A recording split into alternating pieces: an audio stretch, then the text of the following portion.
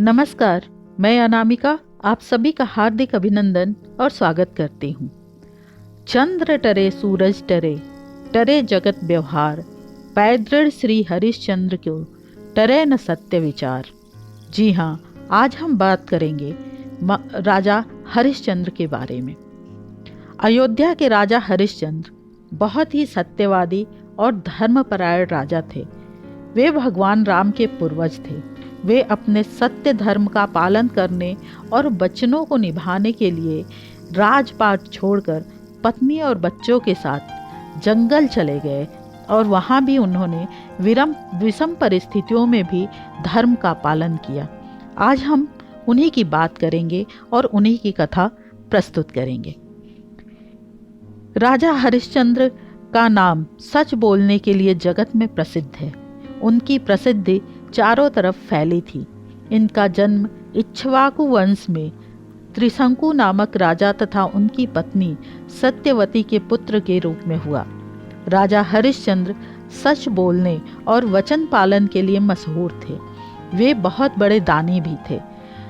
वे जो वचन देते उसे अवश्य पूरा करते। उनके बारे में कहा जाता, चाँद और सूरज भले ही अपनी जगह से हट जाएं, पर राजा अपने वचन के पीछे कभी नहीं हटते। सत्यवादी हरिश्चंद्र के विषय में कहा जाता है कि चंद्र टरे सूरज टरे, टरे जगत व्यवहार, पैदृढ़ श्री हरिश्चंद्र की टरे न सत्य विचार। इनकी पत्नी का नाम तारामती तथा पुत्र का नाम रोहिताश्व था। इनके गुरुदेव गुरु वशिष्ठ जी थे। एक बार ऋषि विश्वामित्र ने राजा हरिश्चंद्र की प्रसिद्धि सुनी। वे स्वयं इनकी परीक्षा करना चाहते थे। क्या हरिश्चंद्र हर कठिनाई झेल कर भी वचन का पालन करेंगे? लेकिन डर वशिष्ठ जी का था।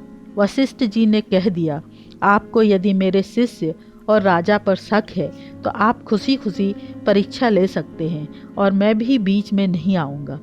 लेकिन यदि आप हार गए तो आपको सारा तपस्या का फल राजा को देना होगा। यह सभी बातें इंद्र के स्वर्ग में हो रही हैं। इंद्रादि देवता सभी वहां पर मौजूद हैं। नारद जी भी आ गए। अंत में फैसला हुआ कि विश्वामित्र जी हरिश्चंद्र राजा की परीक्षा लेंगे। विश्वामित्र द्वारा हरिश्चंद्र राजा की परीक्षा ली गई। राजा हरिश्चंद्र को स्वप्न आया कि एक सुंदर स्त्री उनके दरबार में नृत्य और गायन करने के लिए आई है। उसने सुंदर गायन और नृत्य किया। राजा ने उसे उपहार देना चाहा, लेकिन उसने मना कर दिया और वह देखती है, यदि आपको कुछ देना है तो मुझे अपनी पत्नी रूप में स्वीकार करिए। तभी हरिश्चंद्र जी ने कहा, देवी आप कैसी बात करती हैं? मैं शादीशुदा हूँ और ये दान में आपको नहीं कर सकता हूँ। आप और कुछ मांग लीजिए। तो वो कहती हैं, अच्छा तो आप मुझे अपना राज्य दान में दे दीजिए। राजा हरिश्चंद्र जी कहते हैं, दान सुपात्र को दिया जाता है, कुपात्र को नहीं। तुम अपनी हद में रहकर मानो। इसी बीच विश्वामित्र जी आ गए। हरिश्चंद्र ने कहा, नहीं ऋषि जी, ऐसी बात नहीं है। दान तो सुपात्र को ही दिया जाता है ना। फिर विश्वामित्र जी कहते हैं, तो तुम सारा राज्य मुझे दान में दे दो। राजा ने एक क्षण नहीं लगाया और सारा राज्य ऋषि विश्वामित्र को दान में दे दिया। जब इनकी आँख खुली तो देखा कि कुछ भी नहीं था वहाँ पर, परंतु उठ गए और अपनी पत्नी से कहने लगे, तुम रोहितस्व को लेकर अपने मायके चली जाओ। मैं सब राज्य स्वप्न में विश्वामित्र ऋषि को दान में दे दिया हूँ। उनकी पत्नी कहती है, लेकिन आपने स्वप्न में दान दिया है। राजा कहते हैं, दान तो दान होता है, चाहे स्वप्न में दे या हकीकत में, और ये जगत भी एक स्वप्न की तरह है। फर्क सिर्फ इतना है कि नींद में आंख बंद करके स्वप्न देखा जाता और दिन में खुली आंखों से। तब राजा की पत्नी ने ऐसा बोला कि मैं भी आपके साथ वन को जाऊंगी। इसी बीच पुत्र भी आ गया। वो भी कहता है, पिताजी हम भी साथ में वन को चलेंगे। इस तरह वे तीनों वन में जाने के लिए तैयार हो गए। विश्वामित्र जी वहीं पर आ गए और कहते हैं, वाह राजा, इतना मोह आपने राजपाट से? अब तक तुम वन को नहीं गए? जल्दी जाओ और ये सारे वस्त्र आभूषण उतार के जाना। राजा ने सब वस्त्र आभूषण उतार के साधारण वस्त्र आभूषण धारण कर लिए और वन को जाने लगे। विश्वामित्र जी ने राजा हरिश्चंद्र की पत्नी का मंगलसूत्र तक उतरवा लिया। फिर विश्वामित्र जी कहते हैं, तुमने मुझे दान तो दे दिया, लेकिन दक्षिणा कौन देगा? तब हरिश्चंद्र जी राजकोष अधिकारी को दक्षिणा देने की कहते हैं, लेकिन विश्वामित्र जी कहते हैं, ये तो सब मेरा ही है, मुझे 1000 स्वर्ण मुद्रा दान में दो। हरिश्चंद्र जी कहते हैं, मुझे 1 महीने का समय दीजिए, आपका दक्षिणा मैं जरूर चुकाऊंगा। विश्वामित्र जी कहते हैं, 1 महीने से 1 दिन भी ऊपर हो गया तो तुम झूठे राजा कहलाओगे। अब तीनों वन को निकल गए, एक एक पैसे के मोहताज हो गए हैं। राजा 1000 स्वर्ण मुद्राएं दान में देने के लिए कहाँ से एकत्रित करें, यह उन्हें समझ नहीं आ रहा है। समय पर रोटी तक नहीं मिल रही है, फिर भी जैसे तैसे पैसे जुटाने में लगे। एक एक पैसे के मोहताज हो गए थे हरिश्चंद्र। जो राजा हजारों स्वर्ण मुद्राएं दान में दे देते थे, वह आज एक एक मुद्रा एकत्रित करते हुए घूम रहे थे।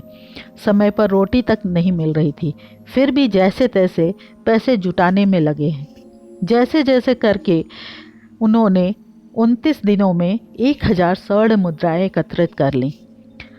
हरिश्चंद्र जी ने मुद्राएं एकत्र करके एक पोटली में रख दी, लेकिन रात को घर में चोर घुस आया और सारी मुद्राएं लेकर चला गया और उस पोटली की जगह एक दूसरी पोटली रख दिया जिसमें मिट्टी और छोटे छोटे पत्थर थे। अगले दिन जब विश्वामित्र जी आए तो उनको दक्षिणा देनी थी। हरिश्चंद्र जी ने पोटली लेकर ऋषि के हाथ में रख दिया, लेकिन देखते हैं कि उसमें तो मुद्राएं हैं ही नहीं, केवल पत्थर और मिट्टी है। विश्वामित्र जी क्रोध में आ गए और कहते हैं, वाह राजा, आपको दक्षिणा नहीं देनी थी, मेरा अपमान करने के लिए आपने मुझे यहाँ बुलाया।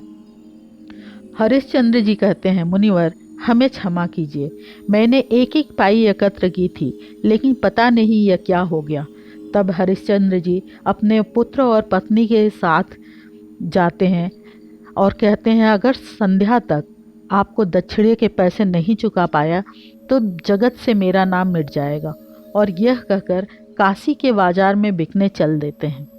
काशी के बाजार में बोली लगाई गई। सबसे पहली हरिश्चंद्र जी की पत्नी की बिक्री हुई 500 मुद्राओं में। फिर हरिश्चंद्र जी का बेटा बिका 200 मुद्राओं में।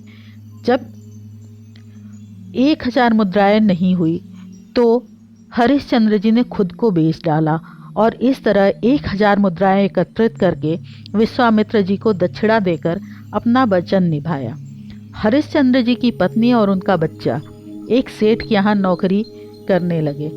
दिन रात वह उनसे काम करवाते, खाना भी समय पर नहीं देते और मार पिटाई अलग से करते, लेकिन उनके खिलाफ एक शब्द भी वो नहीं बोलते क्योंकि वह बिक चुके थे। इसी तरह से हरिश्चंद्र जी को एक चांडाल के यहाँ काम करना पड़ा। राजा होकर भी हरिश्चंद्र ने एक डोम के यहाँ काम करना स्वीकार किया। वह उसकी जगह हर तरह से सेवा करते, छोटे से छोटे काम करने में भी कोई हिचक नहीं होती। हरिश्चंद्र का कार्य शवों के वस्त्र आदि एकत्र करना था। उसे शमशान भूमि में ही रहना भी पड़ता था।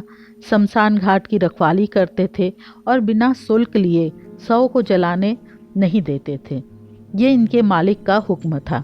एक बार हरिश्चंद्र जी का लड़का सेठानी की आज्ञा से फूल तोड़ने के लिए गया। वहाँ पर एक सांप ने उसे डस लिया। हरिश्चंद्र जी का लड़का मर गया। माँ को जब पता चला तो खूब रोई और रोती रोती अपने बेटे का शव शमशान घाट ले आई। शव शमशान घाट में रख दिया। तभी हरिश्चंद्र जी जो वहाँ आए और कहते हैं, देवी आप कौन हैं और इस बच्चे का अंतिम संस्कार करना चाहती हैं तो आपको शुल्क देना पड़ेगा।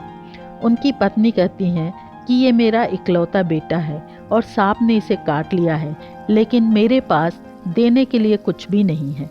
हरिश्चंद्र जी को पता है कि ये मेरी पत्नी है और ये मेरा ही बेटा है, लेकिन हरिश्चंद्र जी कहते हैं, देवी बिना शुल्क दिए मैं आपके बेटे को अग्नि नहीं देने दूंगा। तब हरिश्चंद्र जी की पत्नी अपनी साड़ी फाड़कर शुल्क के रूप में देती हैं। उसी समय काशी नरेश अपने सैनिकों के साथ वहाँ पर आ जाते हैं और कहते हैं, इस स्त्री को पकड़ लो, ये ही बच्चों की हत्यारी है। इसका कहना इतना कहकर हरिश्चंद्र जी की पत्नी को मृत्यु दंड दे दिया जाता है। हरिश्चंद्र जी को बुलाते हैं और कहते हैं कि इस स्त्री की हत्या कर दो, क्योंकि ये निर्दोष बालक को मारती है। हरिश्चंद्र जी इसे विधि का विधान समझ लेते हैं और अपनी पत्नी की हत्या करने लगते हैं।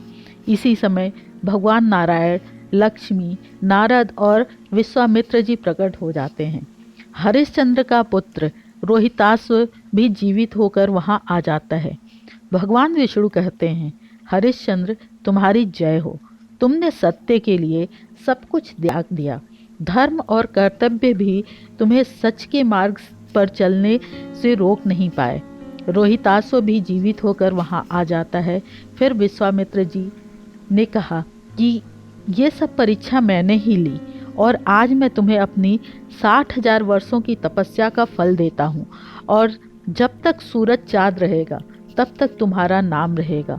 जब जब सच की बात चलेगी तुम्हारा नाम सबसे ऊपर आएगा। ये थी महाराज हरिश्चंद्र जी की कथा। इसी के साथ मैं अपनी वाणी को विश्राम देती हूँ। जय सनातन, जय भारत।